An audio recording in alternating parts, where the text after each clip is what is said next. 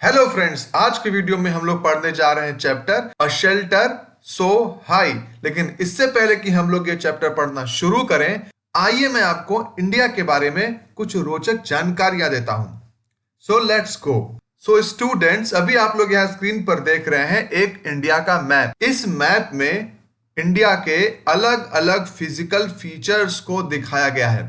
Physical features यानी कि अलग अलग तरह के क्षेत्र जो कि हिंदुस्तान में अलग अलग भौगोलिक हिस्सों में हैं। आइए इस बात को समझते हैं। देखिए, ये जो हिस्सा है जो कि येलो में दिखाया गया है वो है डेजर्ट। आप देख रहे हैं यहां लिखा हुआ है, इस एरिया में डेजर्ट रीजन है। उसी तरीके से ये ग्रीन बेल्ट जो आपको दिख रही है ये एक्चुअली हिमालय है। ये यहाँ नेपाल से होती हुई, भूटान से होती हुई यहां तक फैली है। फिर यहां पर गैंगेटिक प्लेन है जहां पर जो कि प्लेन लैंड है।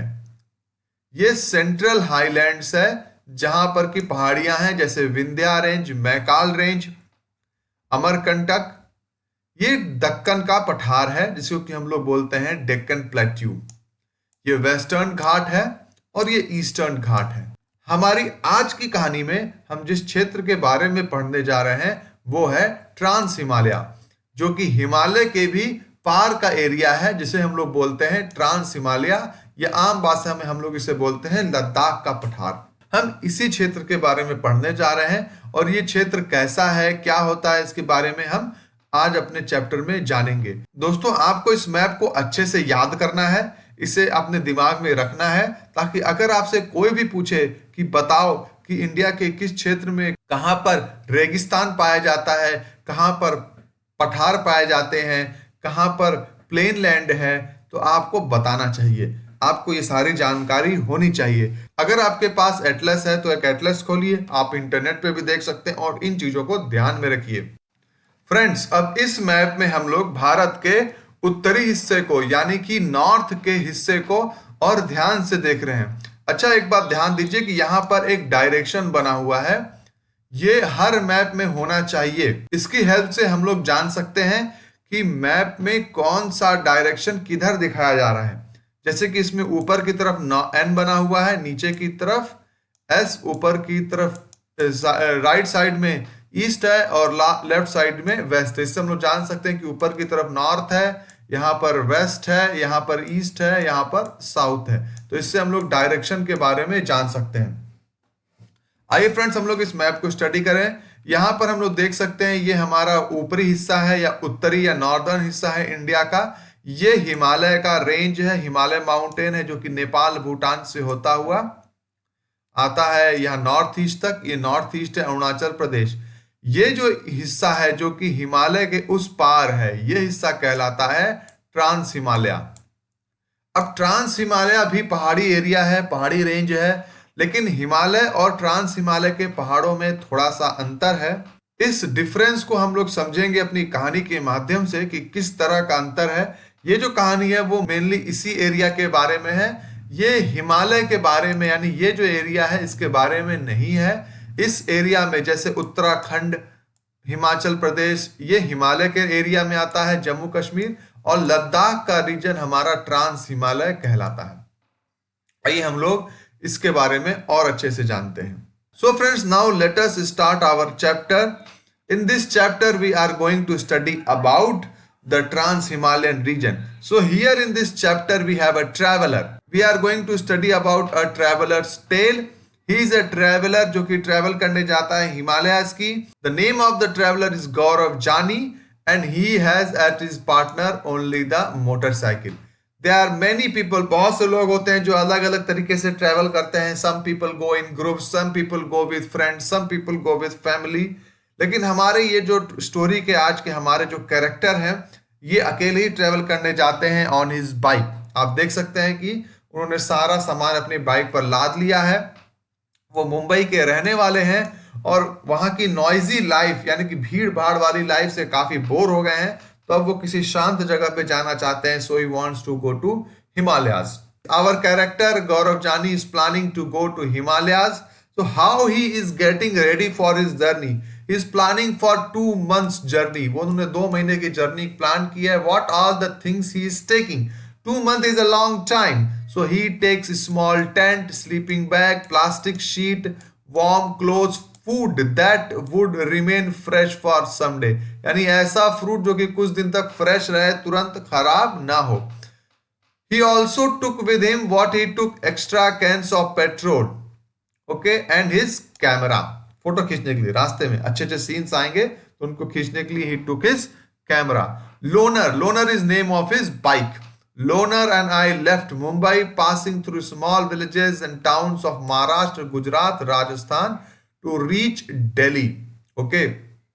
ओके स्टूडेंट्स, तो आपने माइंड किया कि उनको हिमालय पहुंचने में किन किन स्टेट से गुजरना पड़ सकता था या पड़ा था. Let us see this in the map. आइए इस चीज को हम लोग मैप में देखते हैं अपने. तो आप ये देख सकते हैं, मैप देख रहे होंगे, उन्हें यहाँ पर है महाराष्ट्र, मुंबई, और यहाँ पर है हिमालय. उन्हें वहां तक पहुंचने के लिए किन किन स्टेट से गुजरना पड़ सकता है. So he will pass through Gujarat, he will pass through Rajasthan, he will then pass through Haryana, and then he will reach Mumbai, Delhi. Here is Delhi. अब दिल्ली से फिर वो आगे जाएंगे तो इसके बाद वो हिमालय पहुंचेंगे and then trans Himalaya. So आप लिख सकते हैं, you can write how many state he has to pass. You can note down and you can mark in the map. It will be a good activity. Okay, so let us continue our chapter. It took him 3 days, over 1400 kilometers from Mumbai to Delhi. He reads in 3 days. So now he wants to go to further.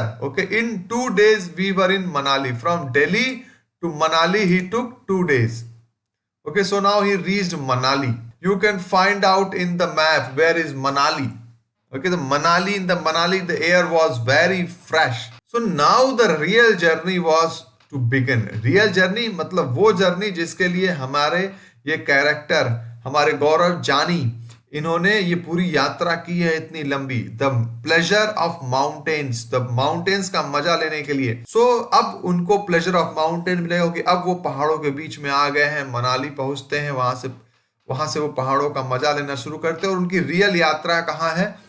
Leh इन लद्दाख उनको पहुंचना है. अब वो किस रास्ते से पहुंचेंगे ये चीज यहाँ पर हमें समझनी होगी.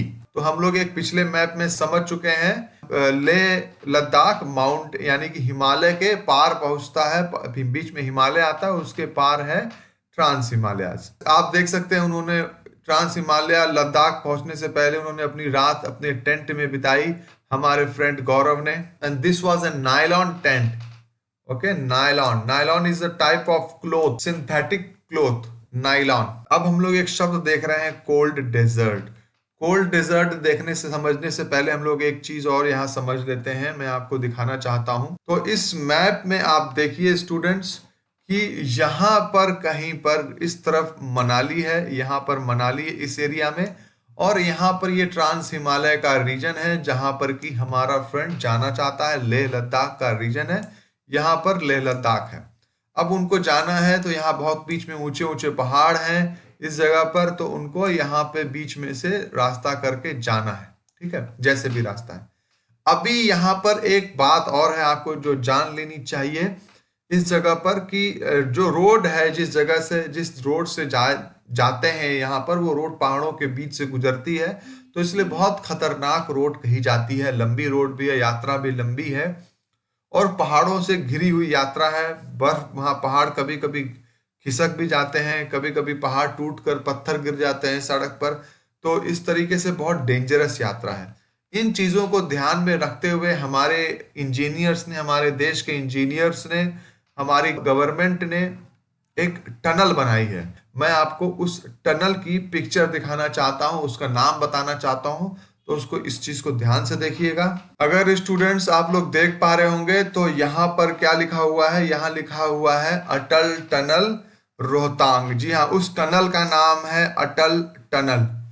ओके, और रोहतांग वो पास है, वो रास्ता है जिसके थ्रू ये जाता है. एक्चुअली जब हम लोग पहाड़ों को पार करते हैं, आप देख सकते हैं बैकग्राउंड में कितने ऊंचे ऊंचे पहाड़ है यहाँ पर दिख रहे हैं आपको.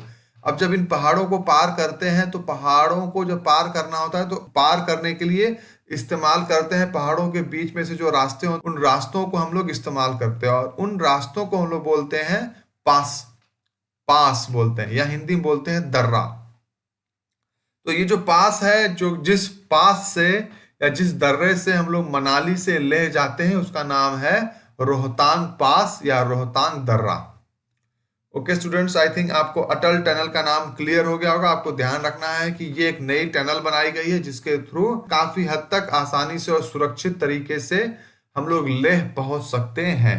आप देख सकते हैं किस तरीके से पहाड़ों को काटा गया है इस एरिया में, आप देख सकते हैं, तब ये टनल बनाई गई है। ओके सो नाउ अब तो इस टनल का यूज करके जा सकते हैं अब, लेकिन जब ये कहानी लिखी गई होगी तब ये टनल नहीं था, तो उनको उसी खतरनाक रास्ते का इस्तेमाल करके जाना था। तो जब वो वहां पहुंचते हैं तो इन्होंने इसको नाम दिया है कोल्ड डेजर्ट। कोल्ड डेजर्ट क्यों कहा है? डेजर्ट का क्या मतलब होता है? डेजर्ट मतलब होता है कि एक ऐसी जगह जहां पर पानी नहीं होता है, जहां पे बिल्कुल सूखा पड़ा हुआ हो, जहां रेगिस्तान हो, उस चीज को बोलते हैं हम लोग डेजर्ट। तो डेजर्ट तो पानी नहीं है, वहां बहुत गर्मी है, तो फिर इसे कोल्ड डेजर्ट क्यों कह रहा है? कोल्ड डेजर्ट समझने के लिए हमको एक पिक्चर को देखना होगा, तब हम लोग कोल्ड डेजर्ट समझ पाएंगे। स्टूडेंट्स, आप लोग स्क्रीन पर एक पिक्चर देख रहे होंगे। ये पिक्चर एक्चुअली लद्दाख रीजन का है, लद्दाख क्षेत्र का है। आप देख सकते हैं कि कितना सूखा है, जबकि ये हिमालय के पार है। हिमालय के पार है, इसका मतलब ये एरिया बहुत कोल्ड होगा, बिल्कुल नॉर्थ में है इंडिया के, तो काफी ठंडा होगा। ऊंचाई भी बहुत ज्यादा है, देख रहे हैं आप, पहाड़ भी दिख रहे हैं आपको। तो ऊंचाई ज्यादा होने की वजह से और नॉर्थ की होने की वजह से, दोनों ही वजहों से यहाँ बहुत ठंडा होगा, तो इसलिए ये रीजन बहुत कोल्ड है। लेकिन आप ये देख सकते हैं कि कोल्ड तो है, लेकिन यहां पर बिल्कुल सूखा है, हरा भरा पहाड़ नहीं है, ये पहाड़ हरे भरे नहीं है। अब इस चीज को और हम थोड़ा कंपेयर करके और अच्छे से समझने की कोशिश करते हैं इसी चीज को। फ्रेंड्स, तो आप लोग ये माउंटेन देख सकते हैं, ये उत्तराखंड के माउंटेन्स हैं। आप देख रहे हैं कितने हरे भरे हैं ये। उसी तरीके से आप हिमाचल प्रदेश के माउंटेन्स को भी देख सकते हैं। यहाँ भी आप देखिए माउंटेन्स कितने हरे भरे हैं, यहाँ भी माउंटेन्स हैं, लेकिन ये कितने हरे भरे हैं। जबकि जब हम देखते हैं माउंटेन्स लद्दाख रीजन के हैं, तो हम पाते हैं कि यहाँ पर ये कितना सूखा पड़ा हुआ है।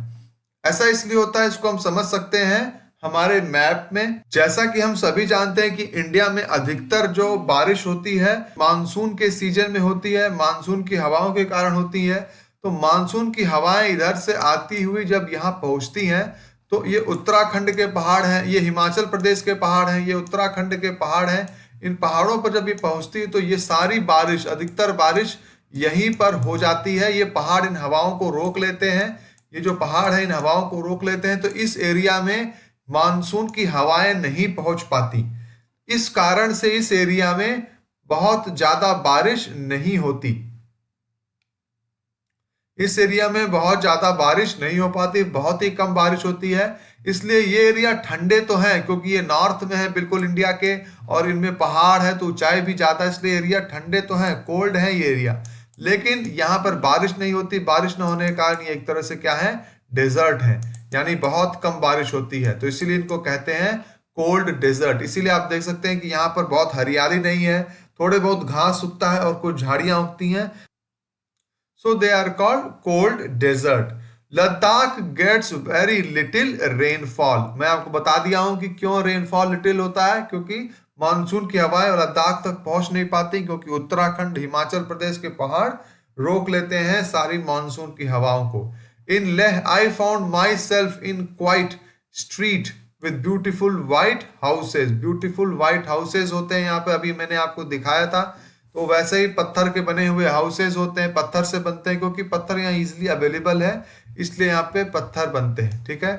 They called out julley julley, और you can say julley julley, meaning welcome. Julley julley मतलब वेलकम वहां की लैंग्वेज में। सो आप देख सकते हैं, they we took the wooden steps and reach the first floor.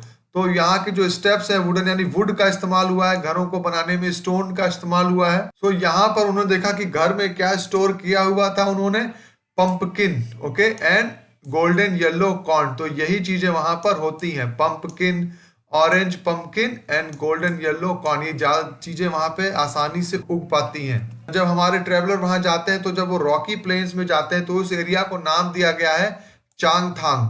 Plane है, लेकिन इस एरिया की ऊंचाई लगभग 5000 मीटर्स है, तो एक तरह का प्लेट्यू है। यानी कि देखिए ये प्लेन तो है, लेकिन इसकी ऊंचाई बहुत ज्यादा है। तो अब ये देखिए, कहने को तो ये प्लेन है, लेकिन इसकी ऊंचाई आप देख रहे हैं कि बहुत ज्यादा है। तो कितनी है? 5000 मीटर की ऊंचाई पर लद्दाख है, लद्दाख प्लेन, इसको कि हम लोग देओसाई प्लेन भी कहते हैं। ओके, तो यहाँ पर एक ट्राइब पाई जाती है जिसका कि नाम है चांगपा। चांगपा ट्राइब पाई जाती है यहाँ पर। ये लोग क्या पालते हैं? Goat and sheep. आप पिक्चर में देख सकते हैं goat and sheep. The Changpa graze their goats at higher and colder places so that goats have more and softer. तो चांगपा जो अपने गोट्स को अधिक ऊंची जगह पर लेके जाते हैं जहां पे ग्रास होती है, और वहां पर उनको भोजन कराते हैं या उनको चराते हैं, ग्रेजिंग कराते हैं, ग्रेज। इससे क्या होता है कि उनकी जो फर होता है जिससे कि वुल निकाला जाता है, हम लोग जो ऊन पहनते हैं, ऊन के बने कपड़े, वो इन्हीं शीप्स के बालों से बनाए जाते हैं। तो उससे जो फर बनता है या जो शीप से बाल से जो वुल बनता है वो सॉफ्ट रहता है। तो यहाँ पर देखिए आप एक खास तरह के पाशमीना नाम के एक क्लॉथ को देख रहे हैं, जो कि कहाँ पाया जाता है? जम्मू एंड कश्मीर में बनाए जाने वाला एक खास तरह का शॉल है। इसका नाम याद रखिएगा, pashmina. It is believe that pashmina shawl is a warm as 6 sweaters. 6 sweaters के बराबर एक पाशमीना शॉल वार्म रहती है। The goats from which the soft pashmina wool is collected are found on very high altitude of 5000 meters. In winter, the temperature here drops below -40 degree Celsius. A coat of warm hair grows on the goat's body, which protects it from extreme cold. The goat shed some of their hair fur in summer. तो वो अपना जो बाल है वो कब गिराती हैं? समर में। This hair is so fine that 6 of these would be as thick as of the hair of yours. ये इतने हेयर्स इतने पतले होते हैं कि इनके 6 बालों को मिला दिया जाए तो हमारे एक बाल के बराबर होंगे। तो fine hair cannot be woven on machines and so weaver of Kashmir make this shawl by hand. तो ये शॉल को हैंड से बनाया जाता है क्योंकि वो इतने पतले बाल होते हैं कि इन्हें मशीन पर नहीं बुना जा सकता। After about 250 hours of weaving, 250 hours of weaving, one plain pashmina shawl is made. Imagine how long it would take to make a shawl with embroidery. Plain pashmina बनाने में भी 250 hours लग जाते हैं। So हमारे जो ट्रेवलर हैं वो चांगपा जो ट्राइब के लोग हैं उनके बनाए हुए एक टेंट में जाते हैं। तो उस टेंट को यहाँ क्या नाम दिया गया है? रीबो या रेबो। As we stepped into the tent, I realized that I could stand up straight. It was not like my tent. I also saw that the rebo was as big as the room of my flat in Mumbai. यानी ये काफी बड़ा tent होता है रेबो, और इसका कौन use करता है? चांगपा ट्राइब के लोग इसका यूज करते हैं। हम लोग जिस जगह की बात कर रहे हैं यहाँ पर बहुत ही तेज हवाएं भी चलती हैं। It is about 70 kilometre per hour. ऐसा क्यों है? क्योंकि ये बिल्कुल ऊंची जगह पर है और यहाँ पर बिल्कुल ऊंचे पर एक प्लेन है, इसके कारण से यहाँ बहुत तेज हवाएं चल रही हैं। Near the Rebo there is a place to keep sheep and goat. Rebo के पास एक जगह है जहां पर शीप और गोट रखने की जगह वो बनाया गया है। चांगपा कॉल दिस लेखा। चांगपा लोग इस जगह को बोलते हैं जहां ये लोग शीप और गोट रखते हैं उसको बोलते हैं लेखा। द वॉल्स ऑफ लेखा आर मेड विथ स्टोन। इसे लेखा के जो वॉल्स होते हैं वो स्टोन से बनाए जाते हैं। Each family puts a special mark on their own animal. Animals पर अपना एक स्पेशल मार्क डाला जाता है। The women and the young girls count and take the animals out of the लेखा। तो लेखा से बाहर एनिमल्स को ले जाते वक्त उनकी गिनती की जाती है। इसके बाद हमारा ट्रेवलर यानी गौरव जानी लद्दाख से होते हुए फिर श्रीनगर की ओर बढ़ जाते हैं। आइए हम इस चीज को मैप में समझ लें। यहाँ आप देख रहे हैं यहाँ पे मनाली था, हमने पहले भी बात की थी, इस एरिया में मनाली था। ये है हमारा लद्दाख रीजन और इस तरफ है फिर श्रीनगर एरिया। तो हमारे फ्रेंड हमने जो रोहतांग पास का नाम सुना था उस पास से होते हुए यहाँ पहुंचते हैं और फिर यहाँ से होते हुए वो यहाँ पे पहुंच जाते हैं। ये है इधर Srinagar area. Continue with our story. Towards Srinagar, I spent a few days with the Changpa, but sadly it was time to move on. My return journey would take me away from their special part of the world.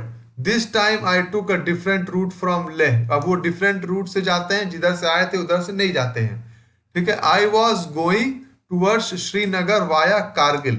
आपने जो map में देखा अभी अभी कि यहाँ पर मनाली है, इस जगह पर लद्दाख है, यहाँ पर लेह है इस एरिया में, और इस एरिया में श्रीनगर है। तो यहाँ से ये रोहतांग पास से होते हुए यहाँ पहुंचते हैं लेह के पास, और लेह से होते हुए फिर ये जाते हैं श्रीनगर एरिया में। बीच में जो ये एरिया आ रहा है यहीं पर पड़ता है कारगिल। कारगिल का नाम आपने सुना होगा, इंडिया के ऊपर हमला किया गया था एक बार हमारे पड़ोसी मुल्क द्वारा, जो कि कारगिल रीजन में ही हुआ था। I saw many more amazing buildings and different houses. I stayed in Srinagar for few days. I was amaze by the houses there. तो श्रीनगर में कुछ दिन रुकते हैं, वहां पे अलग अलग तरह के ये घर देखते हैं। आइए देखते हैं हम लोग श्रीनगर में किस तरह के हाउसेज हैं। ये देखते हैं, हम लोग बोट हाउस बोलते हैं। ये आप देख सकते हैं, ये श्रीनगर की खास पहचान है। आप देखिए इनके सीलिंग्स पर किस तरह की ब्यूटीफुल कार्विंग हुई है। यहाँ श्रीनगर के विलेजेस में, आप कश्मीर में आप इस तरह के मकान देख सकते हैं। श्रीनगर में और भी खूबसूरत मकान है, आप देख सकते हैं पिक्चर में।